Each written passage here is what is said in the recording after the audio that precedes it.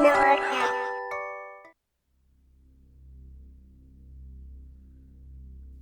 was not one to believe in such things as ghosts. However, I was still an individual that was easily scared. My friends Mike and Chris would constantly take it upon themselves to scare me. Schemes such as jumping me from behind or telling me some scary story. These pointless acts did scare me. But at the end of the day, they were pranks. Amongst the stories and pranks they pulled, nothing stuck with me more than what I saw on the third floor. Through my high school years, I went to a really old-fashioned school. The school at the time had two complexes on campus. The one on the right side was a newer building, which was where most of my classes were held.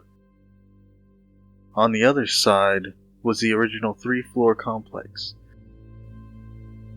which was there from around the 1930s.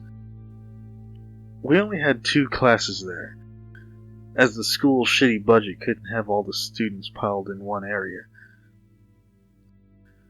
They used the downstairs of the old building for two classes, and the school office on the second floor.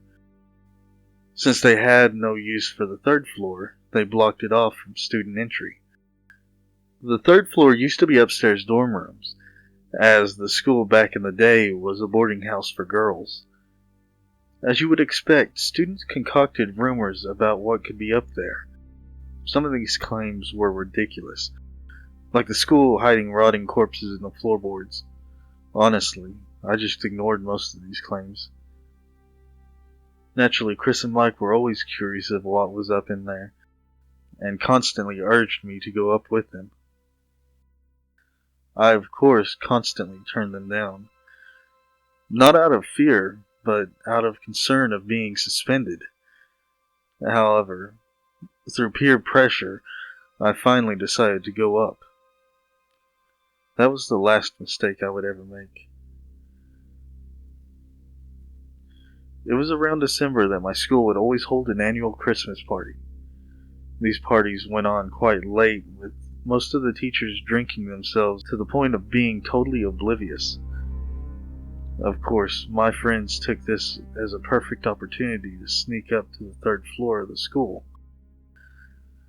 Mike then once again asked me if I wanted to come. At first I said no, like I had time and time again. "Come on," Mike kept insisting. I sighed.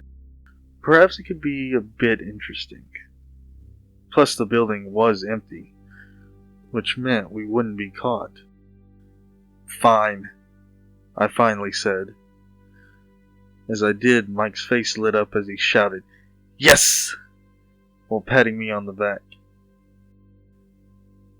I felt a bit happy, knowing my friends really wanted me along with them. Mike went to get Chris, who'd basically go anywhere Mike went.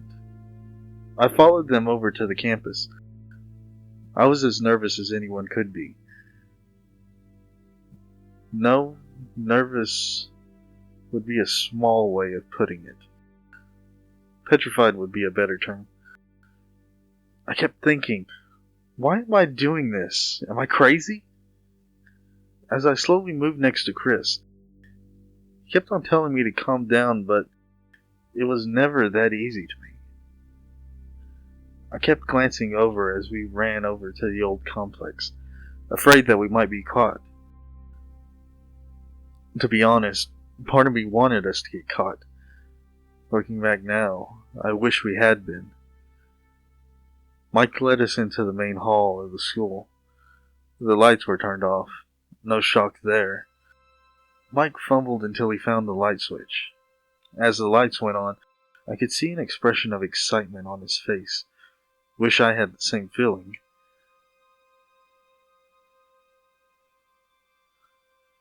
Chris and I followed behind Mike to the third floor staircase.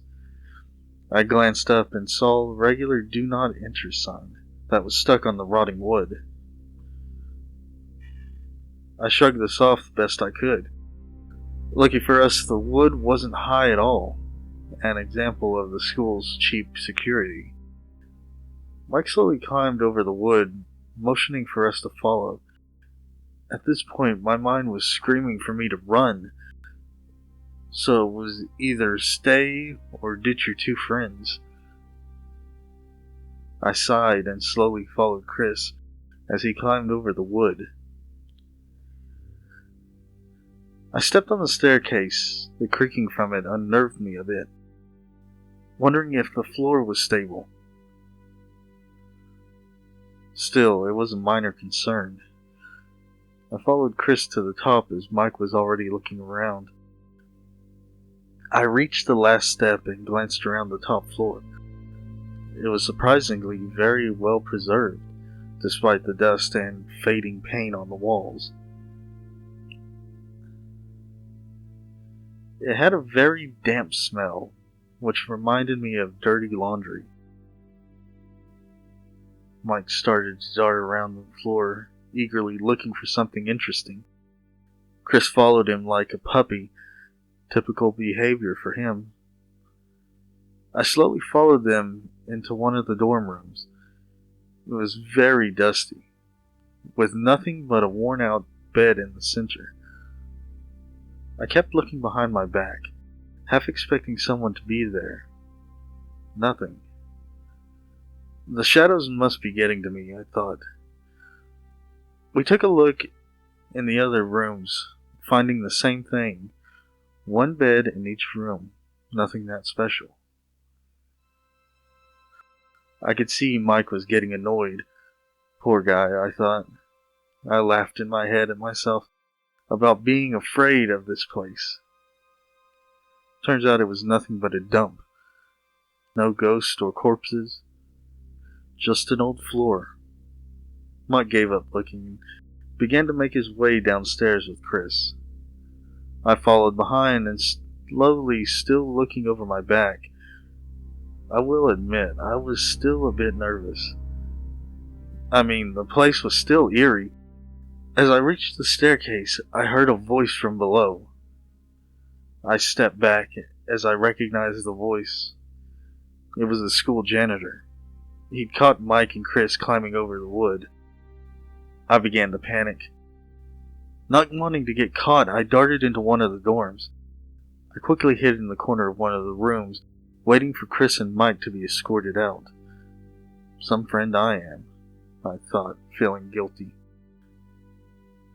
I slumped onto the floor and waited. It was quiet. The wood didn't even creak. The only light was the moonlight through the window. The silence began to bother me. I kept thinking that someone was waiting for me to get up. After at least 3 minutes, I couldn't take it anymore. I jolted up and went into the hallway on the floor. As I moved to the staircase, I saw something catch my eye. I froze in place, not wanting to turn around. I felt a cold feeling that I wasn't alone up here, that someone was behind me. I kept telling myself to run, but I couldn't help but look. I regret everything I did at that moment. I turned around to find what appeared to be a girl at the end of the hall. She was spaced and had not noticed me. My mind was racing, trying to find out who this girl was and why she was up here. I began to step back, telling myself to run. Then I heard the floor creak beneath me. It made me jump, at the same time making the girl face me.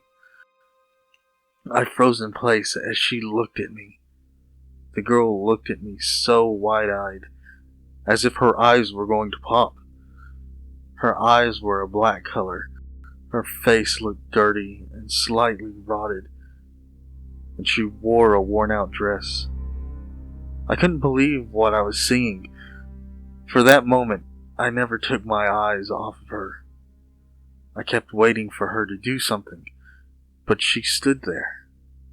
She just stared for what felt like forever. I needed to get out of there. I kept repeating to myself, "Run, run, run, run, run!" I finally began to step backward. As I did, the girl jerked and began to scream. My blood ran cold as I forced myself to run to the wooden barrier. To my horror, I could hear the screaming getting louder. She was coming for me. I panicked, fumbling over the wood. I fell over the other side. Ignoring the pain, I made a dash for the main hall. I didn't dare turn around. I finally made it outside. Taking a second to catch my breath, I found Chris and Mike waiting for me. Mike asked me where I was in a rage, but I barely heard him. I was in shock. My heart was racing to the point where I collapsed onto the ground. Mike and Chris asked worriedly, "What the hell happened?" But I could never answer. After that night, I could never look up at my old school complex the same way. I always knew that girl was up there. You would have expected me to tell someone, but I never did. No one would believe me anyway. I still couldn't believe it. It's been 3 years and I've finally graduated from school. Life is good. I've had no reason since that night to feel afraid of anything. That was until graduation day. After my graduation, I was leaving in my car. I was parked near the old building. Not thinking about it, I looked up to the third floor window. I then stopped. Staring back at me through the dusty glass was a pair of wide, dark eyes.